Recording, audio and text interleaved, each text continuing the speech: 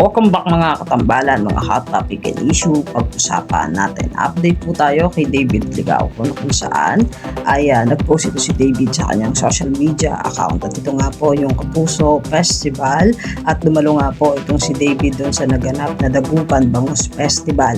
At kasama nga po nitong si David, ang co-star niya sa Never Say Die na si Miss Jillian Ward. Makikita naman na talaga namang pinagkaguluhan itong si David ng mga taga-Dagupan, lalo na nga po nang kumanta itong si David.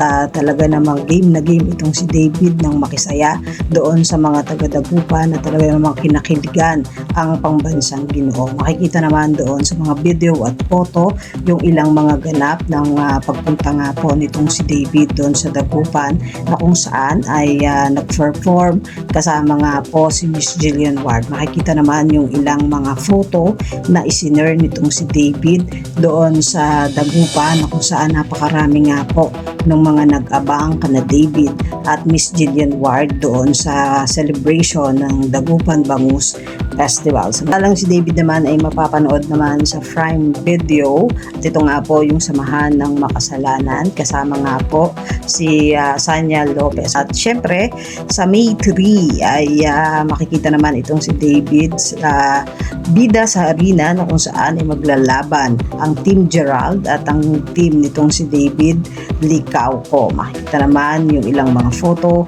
na ensayo nitong sina David. Yan po yung mga update natin ngayon kay David. Kaya mga katambalan, ano masasabi niyo? Comment lang sa comment section at pag-usapan natin. Yan ang mga hot topic and issue dito lamang sa Tambalang KK.